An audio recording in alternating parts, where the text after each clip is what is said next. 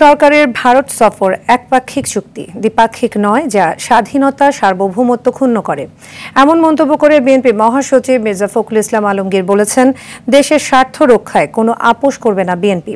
সম্প্রতি প্রধানমন্ত্রী শেখ হাসিনার ভারত সফরে চুক্তির বিষয়ে দলীয় প্রতিক্রিয়া তুলে ধরতে গুলশানে বিএনপি চেয়ারপারসনের রাজনৈতিক কার্যালয়ে সংবাদ সম্মেলনে বাংলাদেশের প্রাপ্তি শূন্য দাবি করে এসব চুক্তি প্রত্যাখ্যানের কথা জানায় বিএনপি।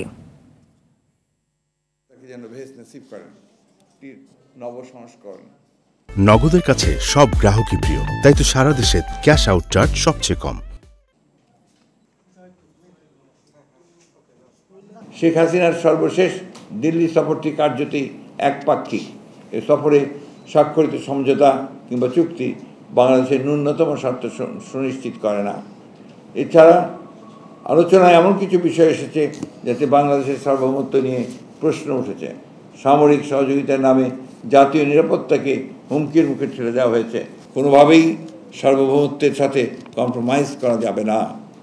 কিন্তু বর্তমান অবৈধ হাসিনা সরকার অবৈধ ক্ষমতা অটুট রাখার হীন স্বার্থে জাতীয় নিরাপত্তা ও সার্বভৌমত্বকে হুমকির মুখে ঠেলে দিয়েছে।